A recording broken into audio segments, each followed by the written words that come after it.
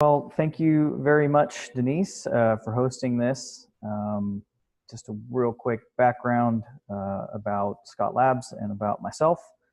Um, Scott Labs is probably the largest supplier to the wine industry, but we also supply cider and mead and kombucha and coffee and a lot of other different segments as well. So we have a very unique perspective on beverage production.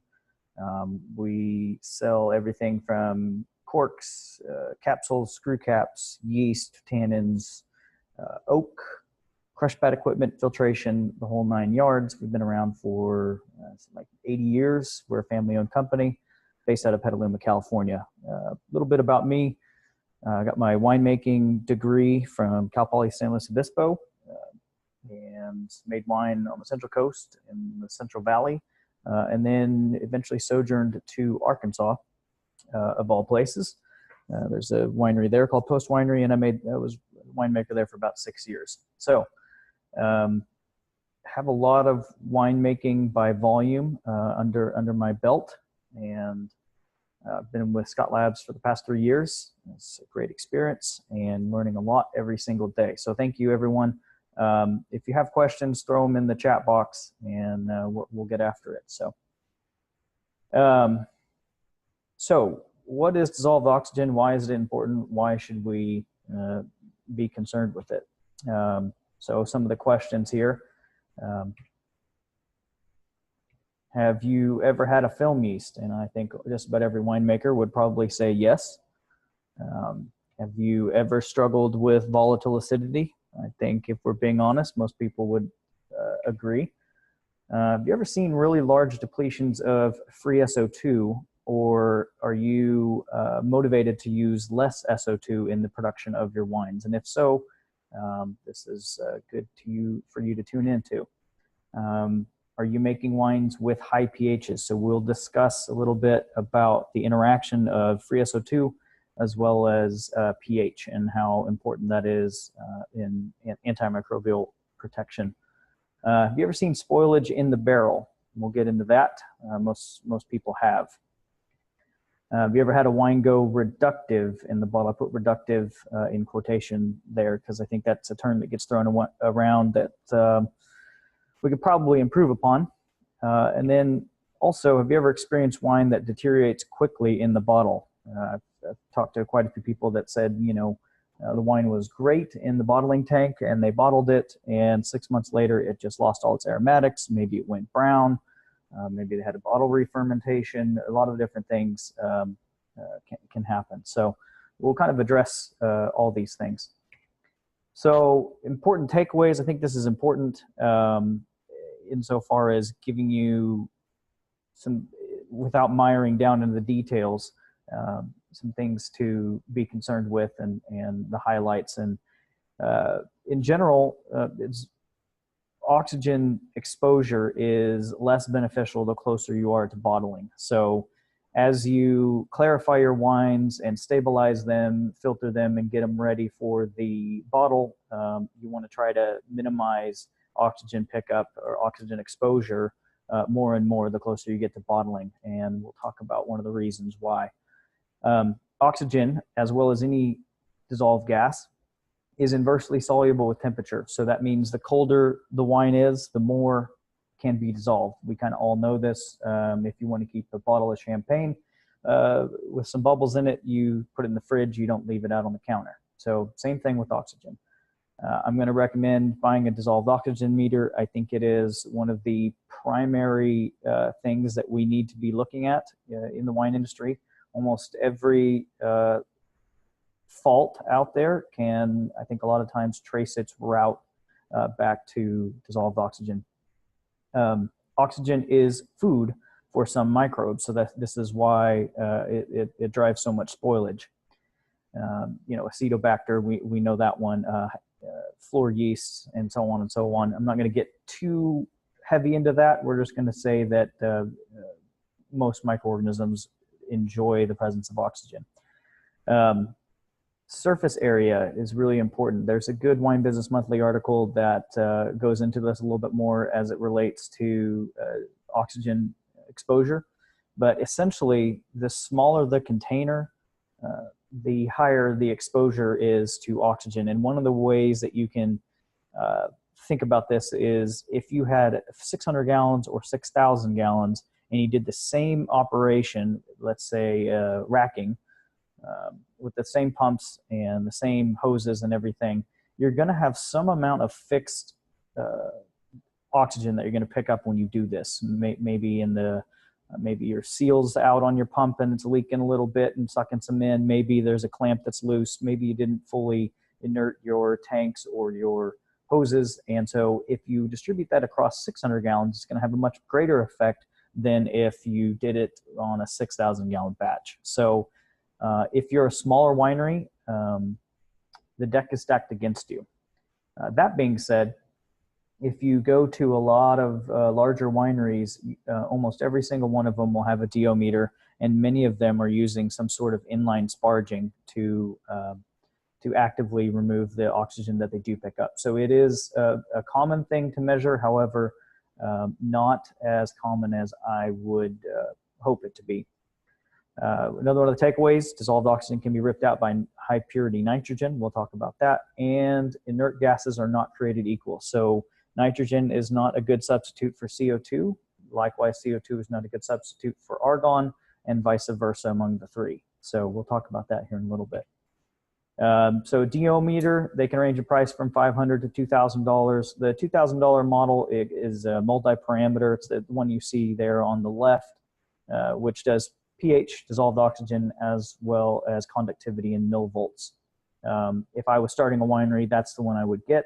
That way you could do pH, TA, as well as dissolved oxygen. I also think that in the future, we're going to talk, when you talk with laboratories and consultants and things like that, I think we're going to start talking about millivolts a lot more because it has a lot to do with redox potential. So that's a discussion that is starting to taking place more and more nowadays. I think we're quite a few years away from it being mainstream. When you do pick a DO meter, you want to pay attention to the connection where the cable attaches to the meter. You want to look at the cable length. There's quite a few different options. So think about your tallest tank and being able to measure wine that may be halfway up the tank. Also look at the replacement probe cost. Wine is pretty corrosive and hard on these probes.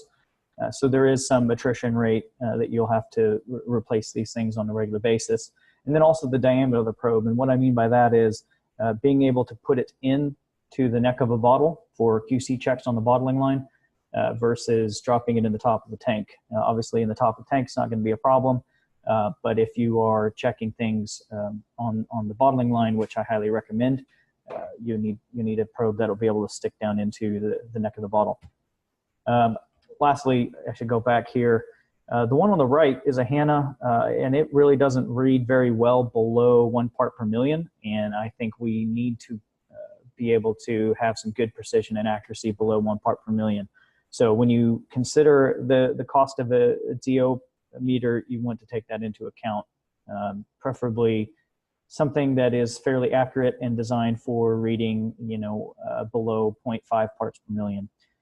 Breweries, for example, are looking in the parts per trillion, and their DO meters cost, northwards of $7,000 to $10,000.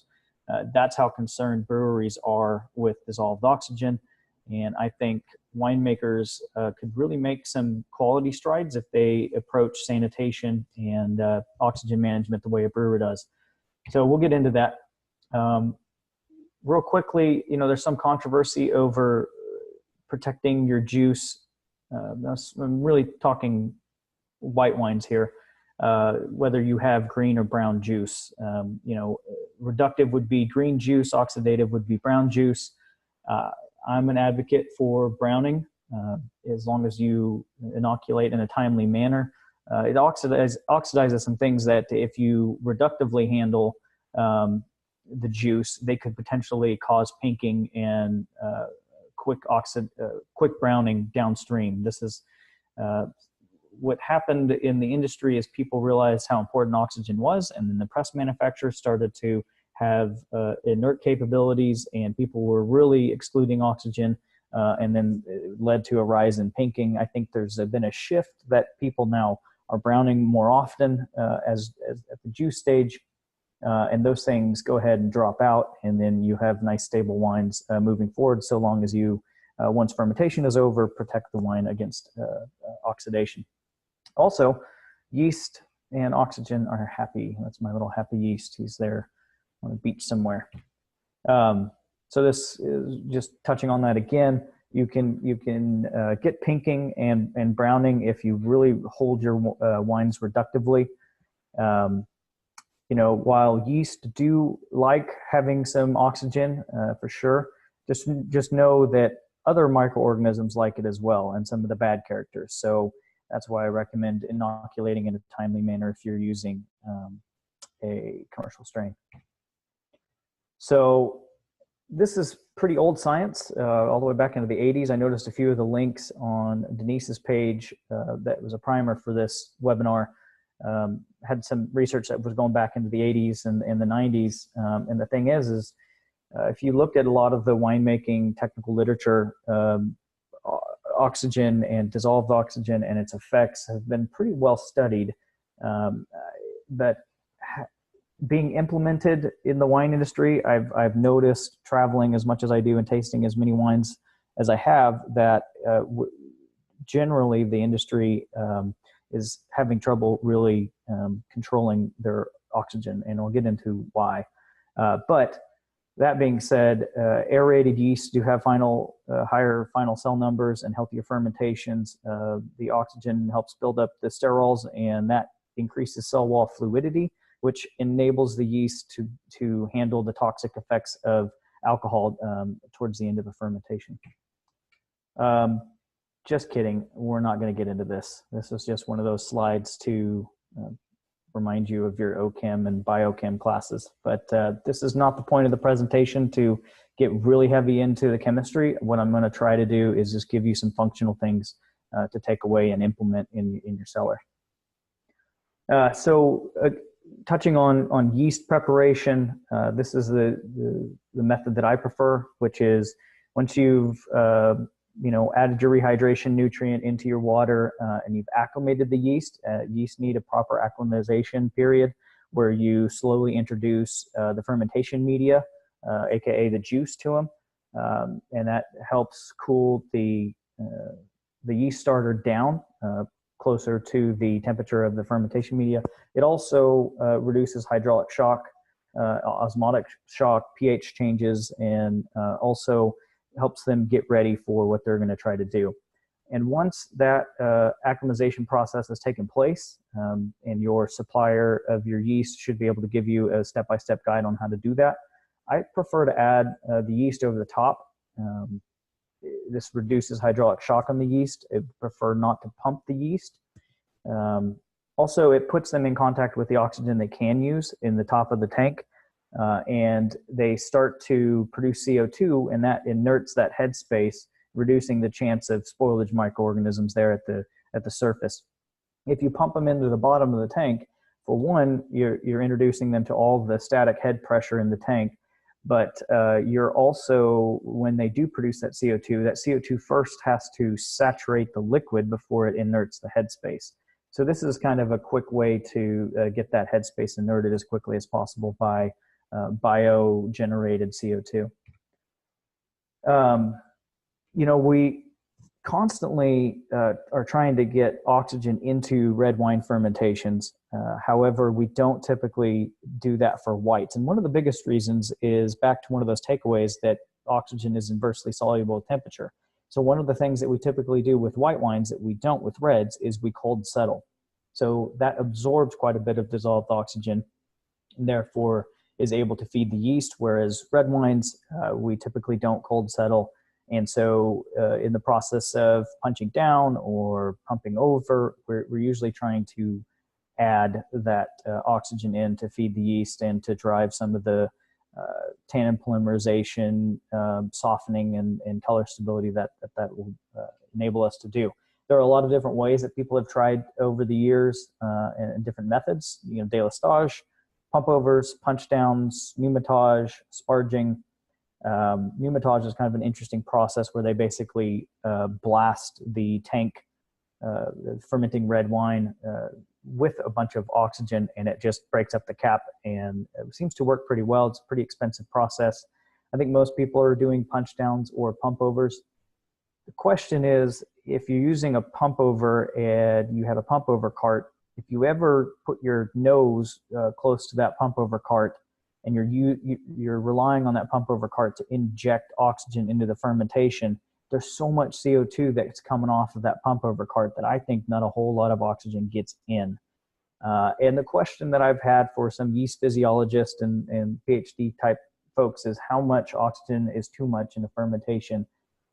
And they basically have said there isn't too much that you can add. So what some people are doing, they're actually using venturis in the pump overs on active red wine fermentation to suck air into and distribute it through the fermentation media. These work very well. The one on the left there is also pretty handy for adding fining aids in a closed system. The suction is pretty strong, and so you can create your slurry of fining aids and get it distributed very evenly throughout the wine, which is a nice side benefit. So generally with fermentation, like I mentioned before, it's good to have some oxygen in there. It feeds the yeast. My feeling is once fermentation is done, it's time to start removing the dissolved oxygen and eliminate oxygen exposure in the wine. So what I like to do is measure the post-fermentation dissolved oxygen. I do this before an SO2 add. And then based on that measurement, I like to rip the dissolved oxygen out with high purity nitrogen. Just be aware that there is the potential of a lot of carbon dioxide dissolved in the liquid. And if you do use a sparging stone with nitrogen to drive out that CO2, it can come out pretty vigorously. So you want to be careful using, especially at this first stage.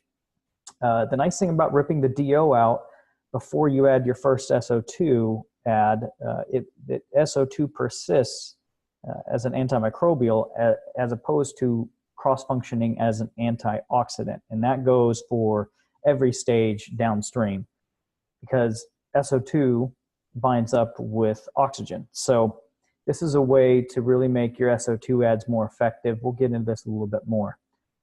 So I like to rip the DO out, then make my first SO2 add, and then I start managing headspace.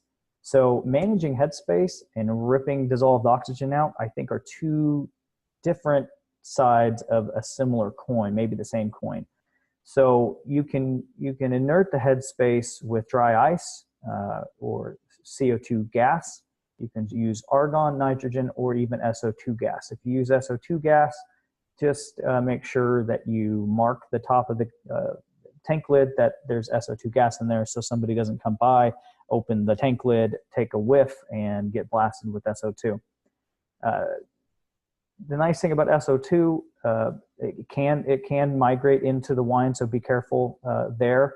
But if you do have a risk, or if you do have the development of a film yeast right there on that laminar surface, SO2 gas can help eliminate that and control it.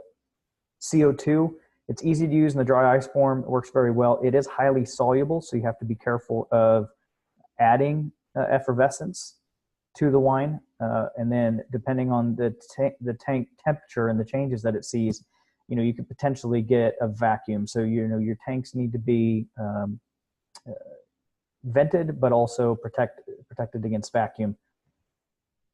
CO2 is lighter than air, so it does work fairly well on creating a barrier between the surface of the wine and the headspace.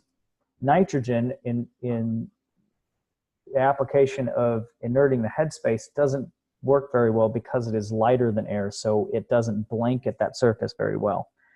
Argon maybe is the best for inerting the headspace and pumps and hoses and all that sort of thing because it is heavier than air, so it will help displace the air.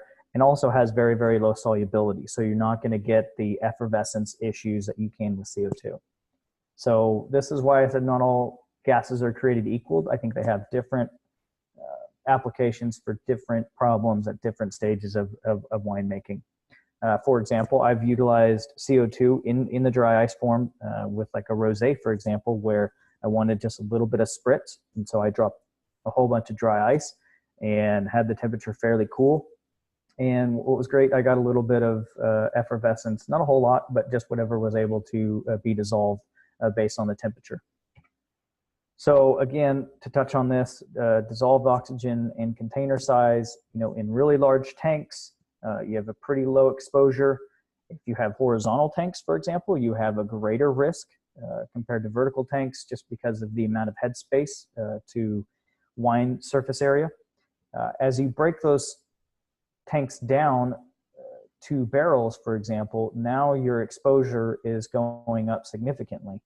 And then as you transfer it down the road into bottles, it gets even higher. So when you start thinking about your oxidation risk, this is a way to kind of theorize it in your mind. If you're in a big tank, you got your batch is just brand new, you haven't broke it down, you have lower exposure than if you start to break it down to smaller and smaller tanks, which is kind of counterintuitive because you want to take that big batch and break it down to a smaller tank that has you can fill it completely up. So it's kind of a balancing act there. But I think the drive home message is the smaller the vessel and the more vessels you have, the greater the surface area potential is. So inert gases, come in different forms. Like I mentioned, the picture there on the left is a fairly large scale mini bulk tank of nitrogen. So you can pull liquid and or gas off of this, which is really nice. That's for a fairly large winery. You got your cool guy dry ice right there in the middle. If you do use dry ice, just be careful handling it because it can freeze you, as well as liquid nitrogen. And then argon is a little pictorial reference there.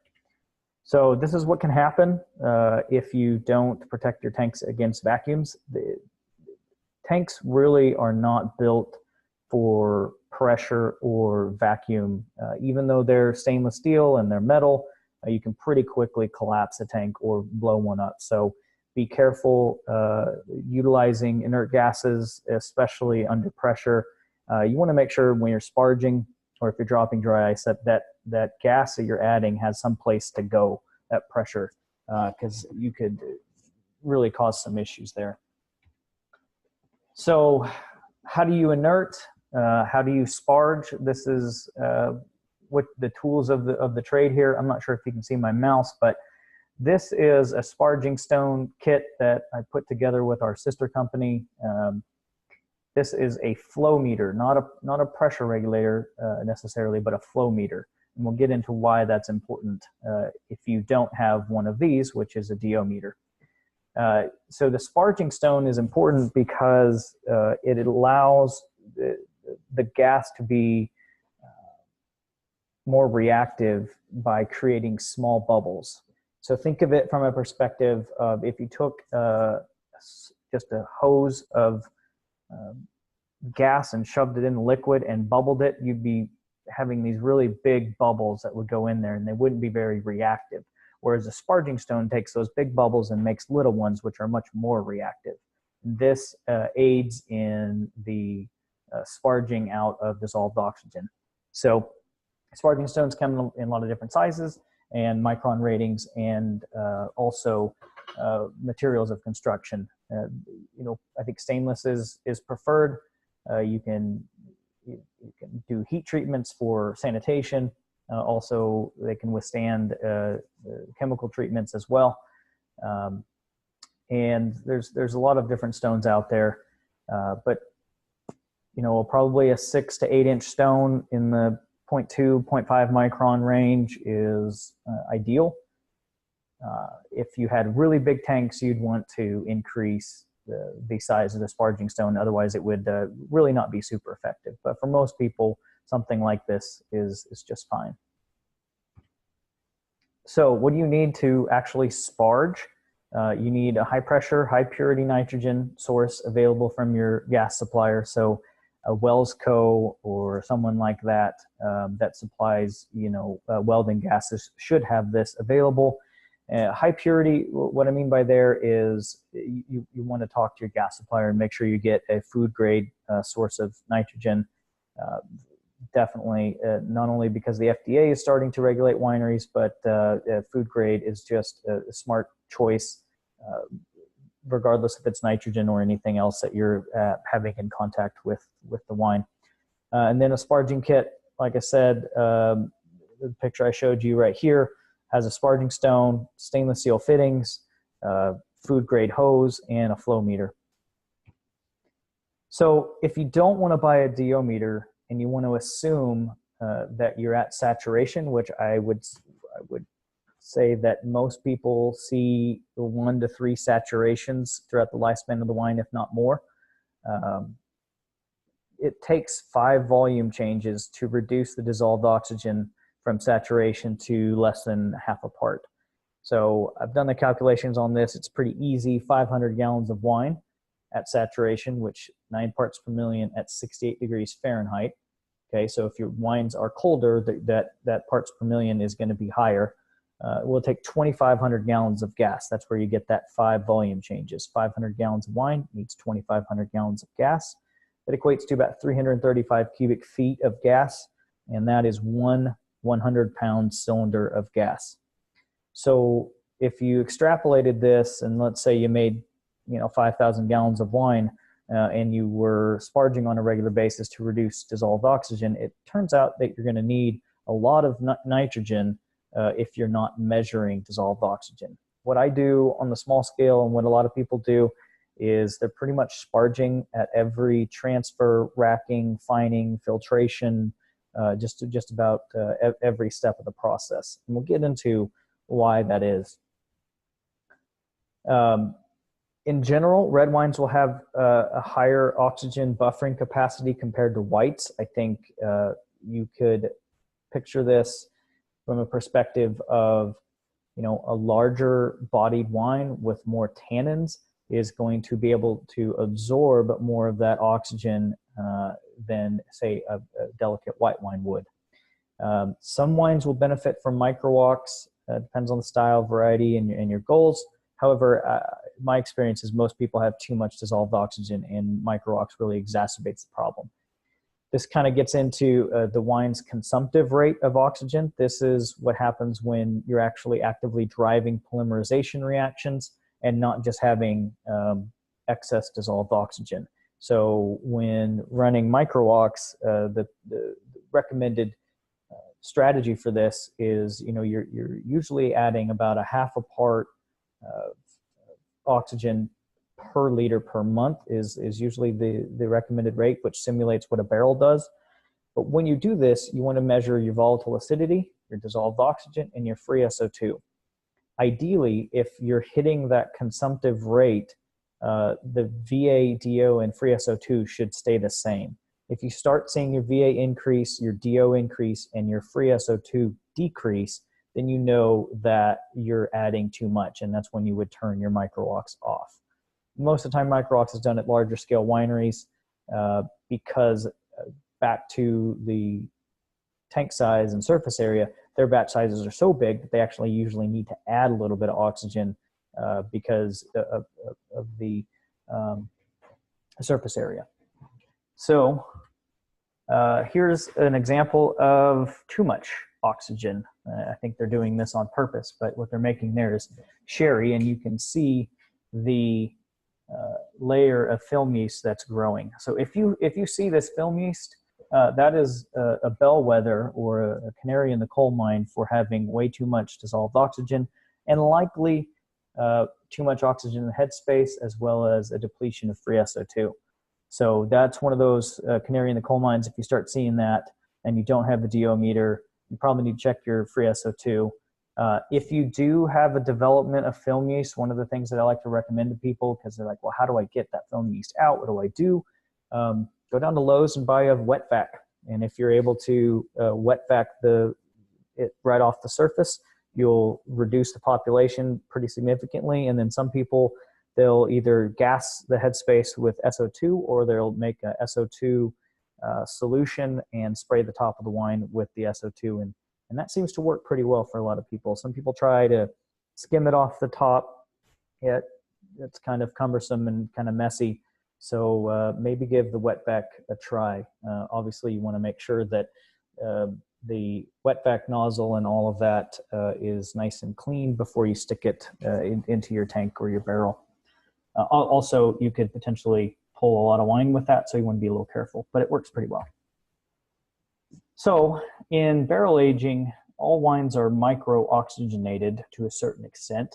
The rates of this oxygenation depends on the barrel construction, how big the barrel is, how small the barrel is, what sort of the source of the stave, as well as how old the barrel is, how much tartrate's built up.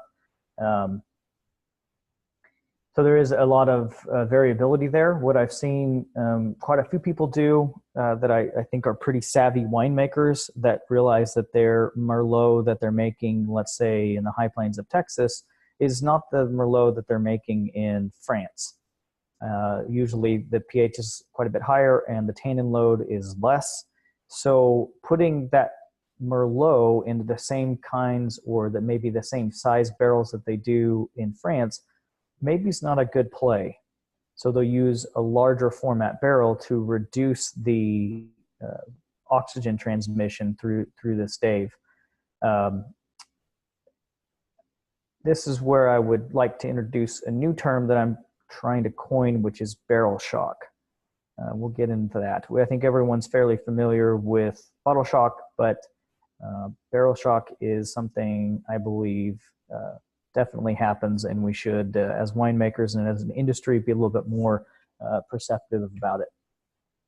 So we all know about the angel share. This is what happens when you put wine in barrel. The staves soak up some of the wine, and some of it transpires through the stave, and you get a vacuum that forms, especially if you're using silicone bungs. And what people do is, in order to prevent oxidation, what they do is they top on a regular basis. So they go in, they pull their bung, and what happens, there's a rushing of air that comes sucking through the bung at that point. And I question, if we're doing this to prevent oxidation, what happens when we pull that bung and a whole bunch of oxygen gets sucked in? Are we defeating the purpose? Because then we're also topping with wine that is probably saturated with oxygen as well. So I question whether we're doing more damage than we're doing good. Also, if we're going to barrel, a lot of people go 50 parts per million free SO2 and then put it down in the barrel, but they're not measuring their dissolved oxygen, and they're probably not inerting the barrel before they fill. And that free SO2 can deplete pretty quickly, because 1 part per million of dissolved oxygen binds up with about 4 parts per million of free SO2. So if you think of saturation at 9 parts per million dissolved oxygen, and you put 50 parts per million free SO2, and then you don't measure DO and you don't inert the barrel and you put it in there, it can reduce that 50 ppm pretty quickly. And most people, if they've measured the SO2 in the barrel after 6 months, they see that, oh man, most of my SO2 is gone.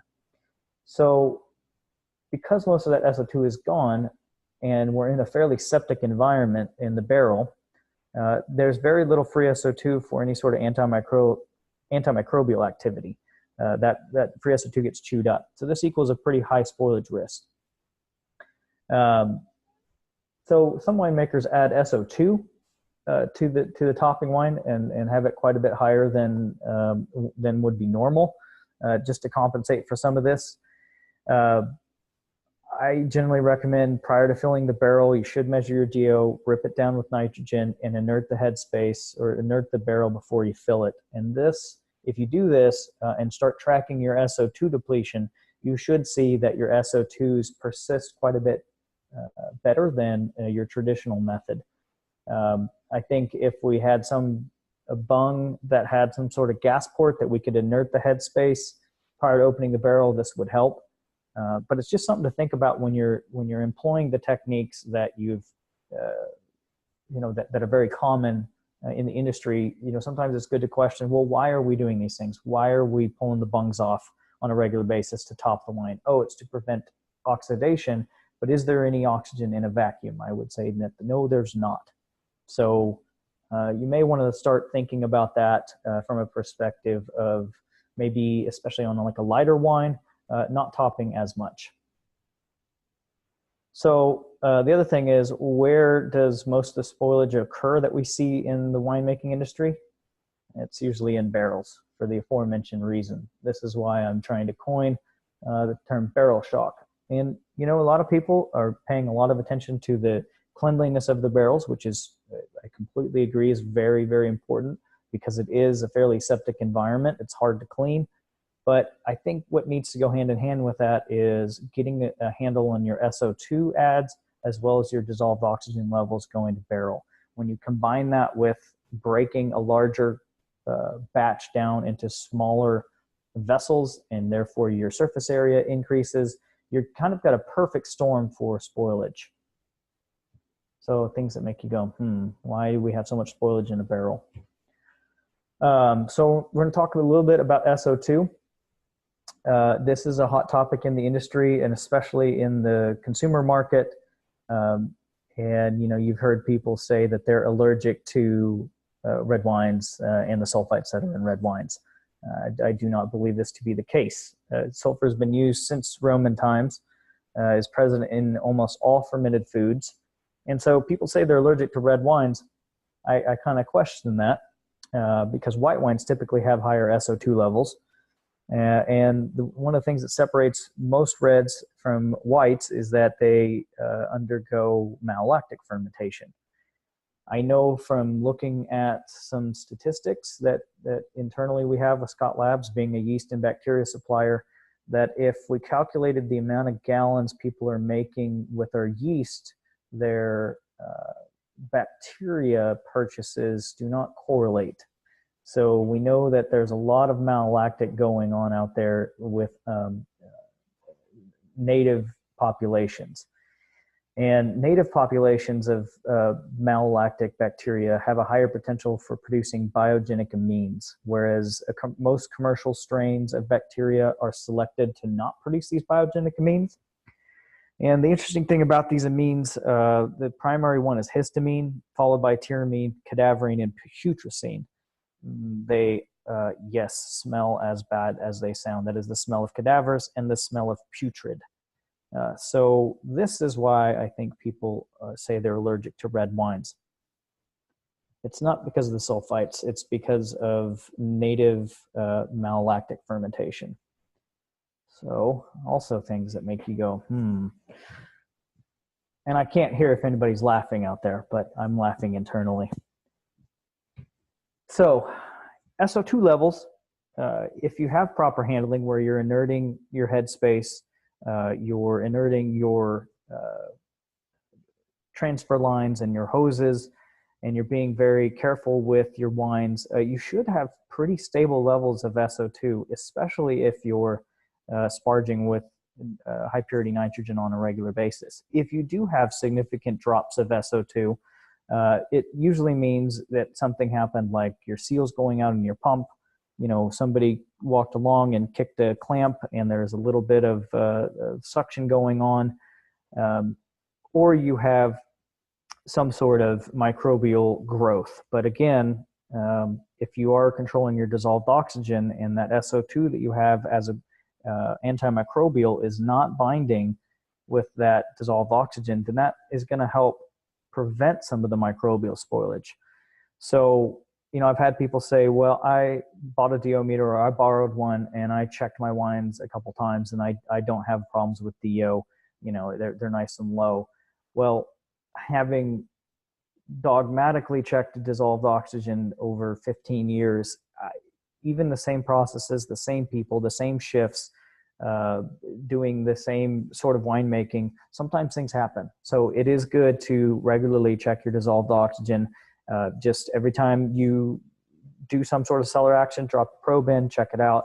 If you have elevated levels of DO above usually about 1, sparge it down. So one of the reasons why this is such a big issue, in my opinion, is, it's actually on the next slide, but we're handling the wine much more than I think people used to in the past. This is partly because people want cold stable, heat stable, and also filtered wines. They don't want to see a murky wine, for example. So in order to do this, there's a lot more cellar techniques that we have to employ, a lot more fining agents. And so because of all of this movement, and I'll show you a slide here in a minute that shows you how much you can pick up, we have our wines pretty well saturated on a regular basis. So if we're not monitoring it, then we need to try to minimize our movements. We need to use the inert gas techniques and tools that we have. Temperature control is super important. I'll show you a slide about that here in a minute. Also, tannin load can be something that you can look at. I heard one of my compatriots from Scott Labs, when he was working in Australia, every time that they would move a wine, they would add like 10 parts per million of tannin, enological tannin, to help bind up and prevent some of that oxidation that can occur. Also, you want to be very careful with your metal content, primarily iron and copper. And of the two, copper is a much greater offender at being an oxidative catalyst. So just arbitrarily throwing copper into a wine to correct for volatile sulfur compound issue and not measuring that copper downstream can really set yourself up for some oxidative degradation in the future. So the other thing to keep in mind here when we look at pH and free SO2, a lot of people like to hang out in this 0.8 molecular area. When you start looking at wine pHs, in order to hit this 0.8 molecular, which is where a lot of winemakers feel that they have some pretty good antimicrobial activity, when you start looking at 3.6, you need 50 parts per million free SO2. If you're at elevated pHs, this number goes up significantly. The problem is, not only is there a legal limit to how much SO2 you can use over the lifespan of the wine, but also right around this area is where you can start smelling SO2, and you get up here and it becomes really pungent and it will be off-putting. So this is why, if you want to have control of your microorganisms and you want to do that a lot of times through the implementation of free SO2, you really need to have a control of your dissolved oxygen, because really quickly this can get bound up. So if you're making high pH wines, dissolved oxygen control is just imperative, in my opinion. So in the past, people would try to move their wine as few times as possible so that they maintain their SO2. Thankfully, with sparging, we can do a lot of these movements, do traditional cold stability and these kind of things, and we can mitigate the pickup of oxygen. Because this is what the marketplace wants, right? They want this nice, clear, perfectly stable bottle of wine. They're not okay with this. I would kind of wish that our consumers were okay with this. I think maybe there's some more acceptance out there. But in order to get this, we have to do a lot more settling, fining, filtering, that sort of thing. And settling, it really occurs quicker and much more effectively at lower temperatures. The flip side of that is you pick up a whole lot more dissolved oxygen because of gas solubility. So this is one of the reasons why a lot of winemakers have experienced when they don't have really good control of the dissolved oxygen, a white wine that they put through cold stabilization, they'll find that it can brown afterwards, and they have significant amounts of SO2 depletion. Fining, in order to achieve this clarity, could be potentially stripping, depending on which fining agent you're using. And then for all 42 vegan wine drinkers out there in the United States, a lot of these fining agents are animal derived. So some people have an issue with that. Thankfully, I don't know of too many people using ox's blood anymore to fine their wine, but that is something that people used to do. We have a little bit, maybe better quality materials such as gelatins and isinglass and things like that, but those are animal derived. So if you could potentially get away from some of this fining, that would be preferable by a lot of winemakers. The other benefit of fining is a lot of times it will help you control your microbial populations. They tend to precipitate towards the bottom of the tank. You rack off, and you are eliminating or reducing, I should say, the amount of microorganisms. And then filtering. This is potentially very frustrating. I know I get a lot of phone calls about it. It's can be expensive, not only in the time and the labor, but also the amount of filter media that you're using, and sometimes the equipment can be pretty expensive. So what's basically happening, in order for us to go from here to there, we're manipulating the wine a lot, and that is introducing a lot of dissolved oxygen, and it really sets us up for some problems. Here's a quick look at some of the different cellar operations and how much dissolved oxygen can be picked up. Now, this is obviously in a controlled situation, and so these numbers could be worse in your operation or better. And I would say better if you're at a larger scale, and they're probably worse if you're on a smaller scale for aforementioned reasons. So filtration, let's say, people are typically doing 3 filtrations, like a 7 micron, or maybe they're skipping that, going to 3 micron, 1 micron, then EK. So you can pretty quickly be saturated just by doing your filtration operations, not to mention racking, depending on how you rack. Cold stabilization, this is a good look at the effects of lower temperatures. And then bottling, this is where I see a lot of issues, especially if people aren't measuring the dissolved oxygen of their wine in the bottling tank and adjusting it there. If you've ever had a wine that was really nice in the bottling tank, and then you bottled it, and 6 months later it just lost a lot of its character and maybe went brown, changed color a little bit. What happened there was you picked up a lot of oxygen during bottling, it bound up with your SO2, and your wine's deteriorated. So if you're on the smaller scale and using hand corkers, this is going to be exacerbated. If you're using a good vacuum corker, this will be a little better. But one of the things you can do to reverse engineer how much dissolved oxygen you had through the pickup of bottling is measure the SO2 in the bottle after packaging. Give it a few months, and that'll be correlated to how much oxygen you picked up.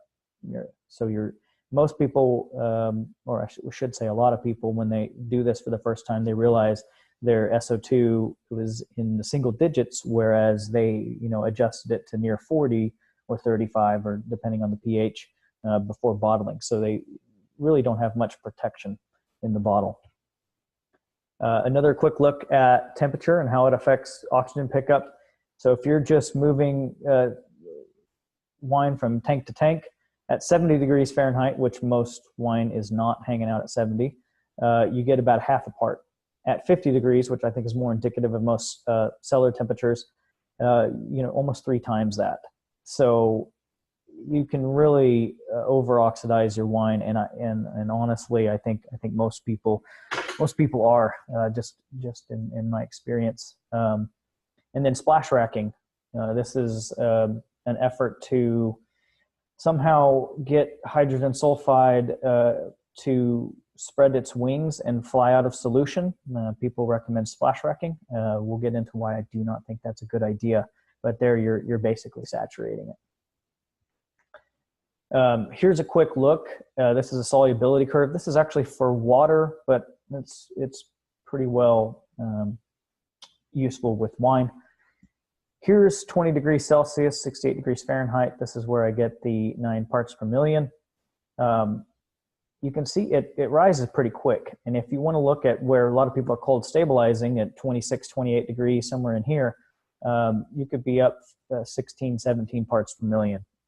So this is why, especially colder temperatures, while they are handy for reducing the rate of microbial growth, you could be setting yourself up for problems once the wine warms up downstream.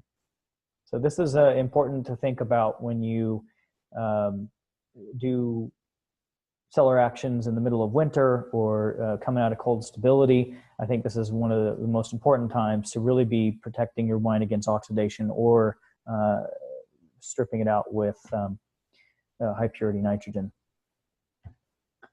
So if you don't want to sparge because you're worried about sparging aromatics, which to answer that question,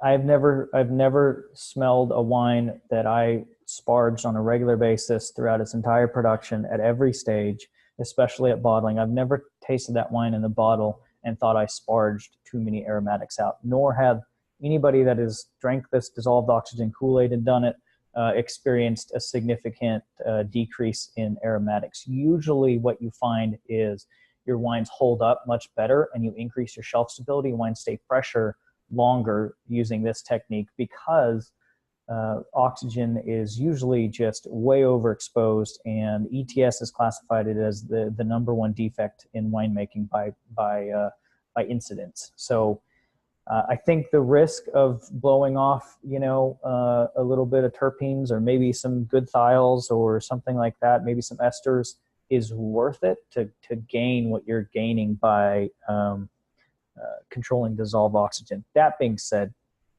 you can use these things in combination with some other tools out there. So you can use exogenous tannins. This increases the tannin load of your wine and therefore allows it to buffer quite a bit more dissolved oxygen. The mathematical equivalent of this is really hard to quantify. I don't have a formula saying that 40 grams per hectoliter of FT Rouge, for example, binds up with some amount of dissolved oxygen. It just generally increases the buffering capacity. Similarly, using oak, whether that be oak adjuncts as are pictured there, or staves and things like that, I think that also is increasing the tannin content, increasing the binding sites for polymerization, thereby consuming some of the dissolved oxygens. These are ways that you can mitigate that. Now, I say oak. In my opinion, I think you are safer using adjuncts as you are barrels for the aforementioned reasons of barrel shock. I don't think you don't get the oxidative effects of a barrel when you're using oak adjuncts. Real quick, as a pet peeve, a lot of people call cubes and chips and staves oak alternatives. I would say that they're not oak alternatives because they're actually still oak. And I wouldn't even say they're barrel alternatives because, a tank is a barrel alternative. A flex tank is a barrel alternative. So I think terminology is important in our industry. I just personally prefer oak adjuncts. This is, if you guys go to Unified, or if you work with Scott Labs, we're probably going to be knocking on your door here pretty soon to talk to you about oak adjuncts because we're coming out with a line. Also, lees. Lees finding used to be very, very common. Lees has a pretty good function of being absorptive of oxygen. So if you do some surly aging, that dissolved oxygen that you can pick up can actually be absorbed by the lees. You can get commercially available lees products that have a consumptive rate. And I listed some of the possibilities there. This is, they did some studies on it. So 40 grams per hectoliter of the Pure Lees Longevity can bind up with 1.7 milligrams per liter of DO. If it's increased, more of that happens. I think these are good tools to use, maybe a combination of these things. You could use them by themselves or in conjunction with nitrogen sparging to help you combat some of the effects of oxidation. So real quick, sulfur off odors. Depending on your dissolved oxygen level and your wine chemistry and your bottling techniques and what sort of packaging, corks or screw caps, wines can develop volatile sulfur compounds. There are many different pathways for volatile sulfur compounds to be developed. There's actually some strains of yeast out there that are selected to not produce certain sulfur compounds. I've used them before. Some of them are better than others, but good proper fermentation management, measurement of your yams, using the complex yeast nutrient, maybe even getting away from using things like DAP can help you prevent some of the formation of the volatile sulfur compounds. Use of copper or something like Regulus and maybe ascorbic acid. I'm not going to recommend that. I think that is a very dangerous thing to do, and want to be very careful there. But the copper can bind up with hydrogen sulfide, as well as some of the mercaptans. It's not effective against disulfides, which is where people typically use ascorbic to try to drive that reaction backwards. And I'll show this reaction here in a minute. I think if you maintain low dissolved oxygen levels, what will happen is the sulfur chemistry will be such that most of the compounds will revert to H2S, and you can deal with them in the cellar as opposed to getting post-bottling reduction. A lot of people, that haven't been measuring their DO and lowering it and making sure it's at low levels, what happens is they're kind of always oxidative through the lifespan of their wine. And then they put the wine in the bottle, and the bottle is eventually going to be a pretty good barrier against oxygen.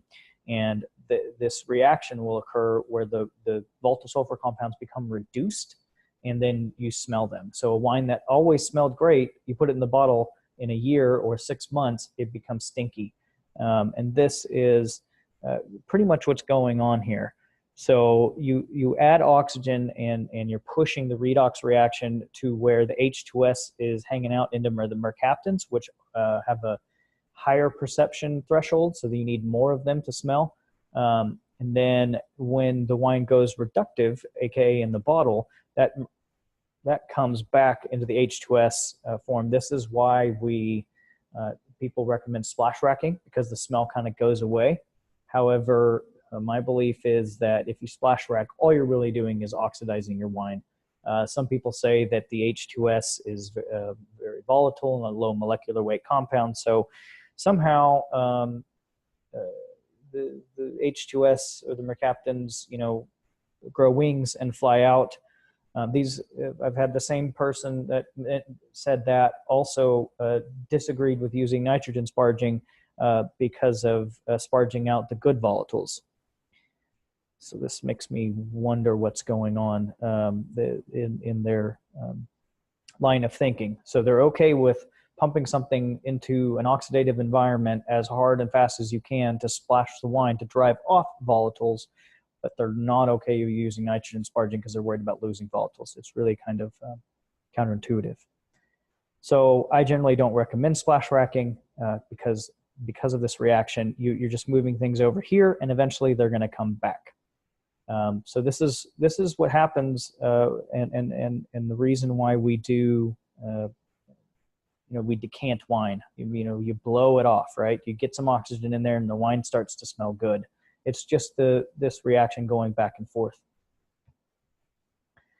So, kind of already talked about this. You want to monitor DO levels before and after pretty much any addition, any transfer, fining, filtration. When you receive bulk wines, different pumps, different fittings, different setups can all impact your pickup, and you want to minimize headspace as much as possible. You can do inline sparging. This is just a T and a little gas fitting and the sparging stone right there. So as you're pumping, you can sparge the wine, and it will prevent the DO pickup and will actually drive the dissolved oxygen out. Touch on this again. Iron and copper are both oxidative catalysts. They work in synergy, but copper is a much stronger catalyst. So when you are working with volatile sulfur compounds and making copper adds, just know that you do need to be careful there. If you do have some residual copper, there is a legal limit that you must stay under. It depends on where you're exporting also. But you can use like a specific inactivated yeast to reduce the copper levels too if you do have an over addition. Funny story, I was in this Chardonnay symposium many years back, and there was a gentleman presenting, was talking about batonnage, and he said, you know, if a wine's a little stinky, he likes to use a copper batonnage stick. But he was also in the same breath against using copper sulfate. So he was using an undosed or unregulated form of copper addition because he felt that that was better than actually using a specific amount with copper sulfate. So again, kind of interesting thought processes there. Real quick, back to SO2, I like to harp on it. It's not a yeast killer. It is an inhibitor. And some microorganisms actually have the ability to produce extracellular sulfite binding compounds that will reduce the free SO2 down to a level where the microbes can start replicating, and then you can have a microbial bloom. So just because you added 50 parts per million at some stage in the winemaking process does not mean you killed everything. You've just inhibited whatever population is there. And then if you start pumping your wine around and deplete that free SO2 by binding with the dissolved oxygen that you pick up, then those yeast could potentially, and then the bacteria could get going again. So we already talked about this. So bottling, your final frontier. Dr. Bruce Auckland, who was at Virginia Tech for many, many years that I had the pleasure of studying under, he recommends less than 1 part per million on reds and less than half a part per million on whites going into bottle. I think that those numbers should be held throughout the winemaking process, in my personal opinion. You can only get this with high purity nitrogen. So this is the food grade available from your gas supplier. If you use generated nitrogen, the problem is you typically can't get the purity needed to get this lower number. You'll usually end up hanging about 1.2 parts per million because the gas purity coming off of a nitrogen gas generator will always have some amount of air in it. So you level off in your ability to rip DO out. Typical levels I've seen at bottling or in the bottling tank are 2 to 8 parts per million. And just be aware the pickup of DO on a bottling line is really highest at the startup. This is why a lot of people, what they'll do is they'll fill the wine, fill the filler bowl up, drain it out a couple different times to try to flush out any of that oxygen, and they take that wine and add it back to the bottling tank. Here's a quick slide, and I'll be happy to share this with this presentation with anybody. But one of the things I want to point out here is managing your headspace in the bottle. You have to manage that headspace just like you do in a tank. And if you switch from cork to screw cap, for example, that headspace increases significantly because that space used to be taken up by the cork, and now it is empty space. So you have to employ either some sort of inert gas flushing, which a lot of people will use nitrogen gas to flush that headspace. But because of the fact that it's lighter than air and what we talked about earlier, nitrogen probably isn't preferred. Argon is probably the best gas. The best way to inert the headspace in any bottle is with liquid nitrogen dosing. So we know about bottle shock. That bottle shock is pretty simply the pickup of dissolved oxygen. So utilizing a vacuum corker is highly preferred. If you're using a hand corker, just know that you're literally pressurizing the bottle with oxygen. And this is where you get shorter shelf life, browning, color deterioration, and the development of oxidative flavors. This can also, it will reduce your SO2 and drive the metabolic activity of things like Acetobacter and Brettanomyces. And if you're not sterile filtering or using something like Velcorin, you can have these in solution, and so you can have problems in the bottle. Again, here's the same thing. This is what happens, that reduction equation that happens and causes wines to go stinky in the bottle.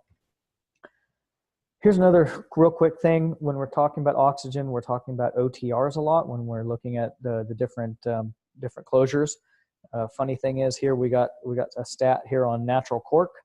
I always like to joke. It's like, well, which one did they look at? Because all corks are different. Every single one of them is a snowflake. It's the bark of a tree. But I think they probably did some statistical analysis and figured this was an average cork. But if you look at screw caps, the different liners, the other different closures that are on the market, there is a difference in OTR. But what I'm saying is, hey, we should be concerned with the dissolved oxygen of the wine going into bottling, maybe more so than we're really worried about the OTR of the closure. That being said, if we're not mitigating dissolved oxygen in the wine, and then we do use a closure that has a really high OTR, we could really be setting ourselves up for problems. So screw caps applied correctly, it's a very consistent gas transfer. You do need to manage that headspace that's right there in the top of the bottle. I don't think that screw caps really cause reduction. I think that winemaking causes reduction.